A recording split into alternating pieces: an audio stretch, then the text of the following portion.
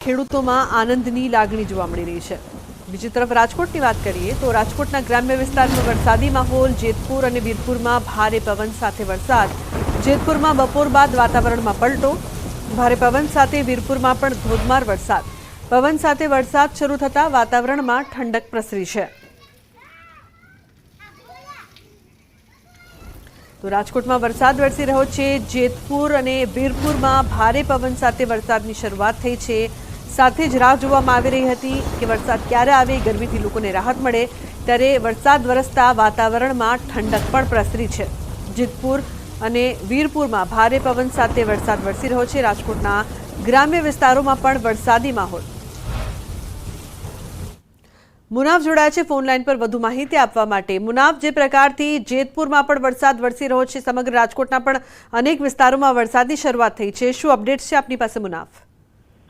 બિલકુલ, બપોર પછી જે વાતાવરણમાં પલટો તેને લઈને રાજકોટ, ગોંડલ અને ધોરાજી ઉપલેટા જે વાતાવરણમાં પલટો હતો, જેતપુરની વાત કરીએ, જેતપુર વાતાવરણ પલટો હતો। જેતપુરને અસર ગરમી બાદ વાતાવરણમાં બપોર બાદ પલટો ભારે આવતા ભારે પવન સાથે વરસાદ। વીરપુરમાં પવન સાથે વરસાદ વરસ્યો। જેતપુર ગ્રામ્ય વિસ્તારો બાદ જેતપુર અને વીરપુર ભારે વરસાદ સાથે ખેડૂતોના અંદરમાં ખુશીનો માહોલ જોવા મળ્યો હતો અને પવન સાથે વરસાદના વાતાવરણના અંદરમાં ઠંડક પસરી હતી ને વરસાદ વરસતા નાના બાળકોને નાહવાની મોજ બી મારી હતી।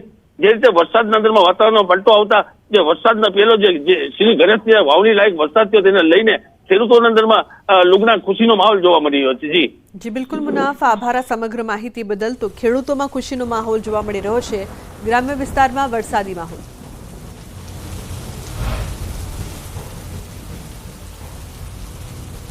મહત્વનું છે કે વરસાદની શરૂઆત થઈ ગઈ છે, ગ્રામ્ય વિસ્તારમાં વરસાદી માહોલ જોવા મળી રહ્યો છે, તો બાળકો પણ વરસાદમાં નહાવાની મજા માણી રહ્યા છે। ભરૂચના ગોલ્ડન બ્રિજ ઉપરથી ઓડિશાના યુવકે નર્મદા નદીમાં ઝંપલાવીને આપઘાતનો પ્રયાસ કર્યો। જૂના બોરભાથા બેટ ગામના યુવકોએ બોટ લઈને ડૂબતા યુવાનને બચાવ્યો હતો। યુવકને 108ની મદદથી હોસ્પિટલ ખસેડવામાં આવ્યો છે। તો યુવકે આપઘાતનો પ્રયાસ કેમ કર્યો છે તે અંગે હાલ તપાસ કરવામાં આવી રહી છે। કેટલાક યુવકો દ્વારા આ યુવકનો જીવ બચાવવામાં આવ્યો।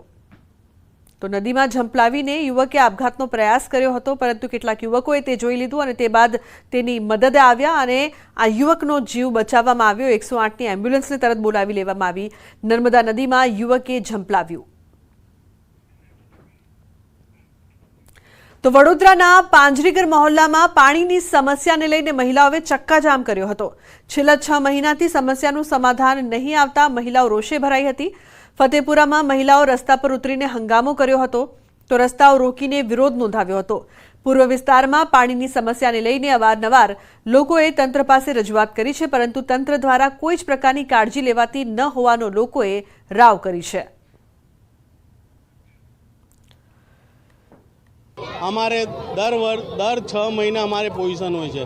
પોઝિશન તમે જોઈ લીધી છે। પાણી આવે છે તો ગટરનું જ પાણી આવે છે, સાફ પાણી આવતું છે નહીં। બોરિંગનું પાણી સાફ કરીને ગરમ કરીને પીવું પડે છે। તો સુરેન્દ્રનગર પાલિકામાં સ્થાનિકોના દેખાવ, મહિલાઓએ થાળી વગાડીને હલ્લાબોલ કર્યો। પ્રાથમિક સુવિધા મામલે તંત્રને જગાડવાનો પ્રયાસ કરવામાં આવ્યો। પીવાના પાણી, ગટર વ્યવસ્થા ન મળતા રજૂઆત કરવામાં આવી। ગટર પાણી સહિતની પ્રાથમિક સુવિધાઓ ન મળતા વોર્ડ નંબર 1 અને 6ના રહીશોએ પાલિકા કચેરી ખાતે દેખાવો કર્યા। શહેરના સુડબેલ સોસાયટી, બજરંગ સોસાયટી તેમજ વોર્ડ નંબર 1ના જંકશન વિસ્તાર સ્થાનિક લોકોએ આ દેખાવો કર્યા છે।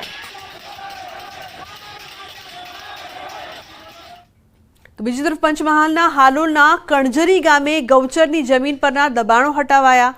ગેરકાયદે થયેલા દબાણો દૂર કરવાની કામગીરી હાથ ધરાઈ। તાલુકા વહીવટીતંત્રએ 97 જેટલા દબાણોને નોટિસ આપી હતી। નોટિસ બાદ આજે તમામ દબાણો પર ફરી વળ્યું બુલડોઝર। સરકારી ગૌચરમાં સર્વે નંબરમાં આખું નગર ઊભું થઈ ગયું હતું। મોડે ગેરકાયદે દબાણો તંત્રના ધ્યાને આવતા કડક કામગીરી કરવામાં આવી। 100 વીઘા ગૌચરની જમીન પૈકી 40 વીઘા જમીન પર દબાણ કર્યું હતું। પોલીસ કાફલાની હાજરીમાં તાલુકા રેવન્યુ, પંચાયત, મામલતદારની કામગીરી। તો જામનગરના સાધના કોલોની વિસ્તારના રહીશો હાલ પરેશાન છે। હાઉસિંગ બોર્ડ દ્વારા બનાવેલા મકાનો તાત્કાલિક ખાલી કરવા આદેશ કરવામાં આવ્યા। હાઉસિંગ બોર્ડ દ્વારા ડિમોલિશન કાર્યવાહી હાથ ધરાતા મકાન ધારકો મનપાને રજૂઆત કરવા પહોંચ્યા હતા। લોકોએ કમિશનરને રજૂઆત કરી અન્યત્ર જગ્યાએ વૈકલ્પિક રહેઠાણ આપવાની વાત કરી હતી। ભાઈ તમે અત્યારે આ રોકાવી દો, માથે ચોમાસાની સિઝન છે, અમારી પાસે રહેવા આશરો નથી, અથવા અમને વૈકલ્પિક જગ્યા આપો, જો અમે ક્યાંય રહી શકીએ એના માટે અમે આવેદનપત્ર આપ્યું છે અને સાહેબને કીધું છે કે ભાઈ અત્યારે તાત્કાલિકના ધોરણે રોકાવી દો. અમે અમદાવાદમાં મેડિકલ અને ડેન્ટલ પ્રવેશ માટે વિવાદમાં રહેલી નીટ મામલે વિરોધ. ગુજરાત યુનિવર્સિટી પાસે એનએસયુઆઈના કાર્યકરોના દેખાવો. નીટની પરીક્ષા અને પરિણામમાં ગોટાળા થયાનો આક્ષેપ. દેખાવકારોની અટકાયત કરવામાં આવી છે.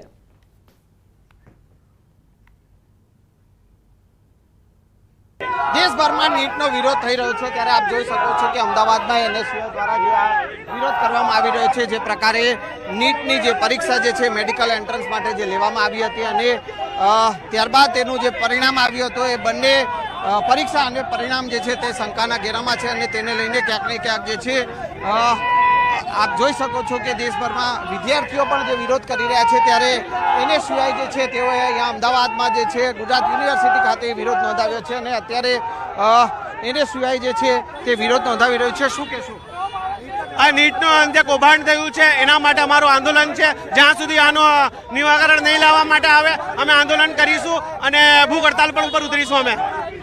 બિલકુલ, તો જે છે આ એનએસયુઆઈ જે છે તે ક્યાંક ને ક્યાંક આ વિરોધ નોંધાવી રહ્યું છે અને આપ જોઈ શકો છો કે પોલીસ દ્વારા જે છે તેઓની અટકાયત જે છે તે કરવામાં આવી રહી છે.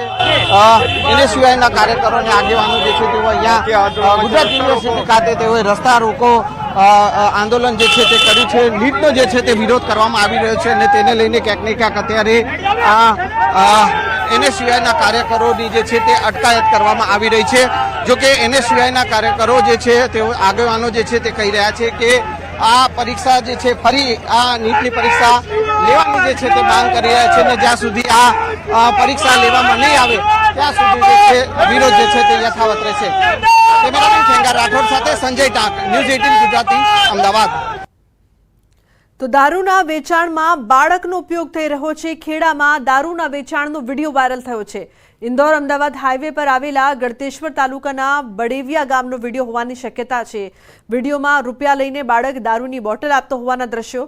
દારૂબંધીની વાતો વચ્ચે લીરે લીરા ઉડાવતો આ વિડીયો વાયરલ થયો છે. ન્યૂઝ 18 વાયરલ વિડીયોની નથી કરતું પુષ્ટિ.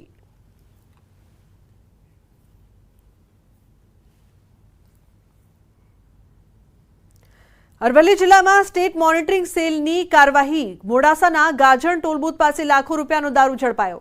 પંજાબી હોટલ સામે ઉભેલા ટ્રકમાં ઘઉંના લોટની આડમાં સંતાડેલ વિદેશી દારૂનો મોટો જથ્થો ઝડપી પડાયો છે. શામળાજી તરફથી આવતી ટ્રકની તપાસ લેતા લાખો રૂપિયાનો દારૂ ઝડપાયો છે. એસએમસી 8,892 દારૂની બોટલો સાથે ₹10,35,600ની કિંમતનો દારૂ ઝડપી પાડ્યો. એસએમસીએ દારૂ સહિત 32,62,080નો મુદ્દામાલ જપ્ત કરી ગ્રામ્ય પોલીસ મથકે લવાયો છે. એસએમસીએ 2 લોકોને ઝડપીને આગળની કાર્યવાહી હાથ ધરી છે.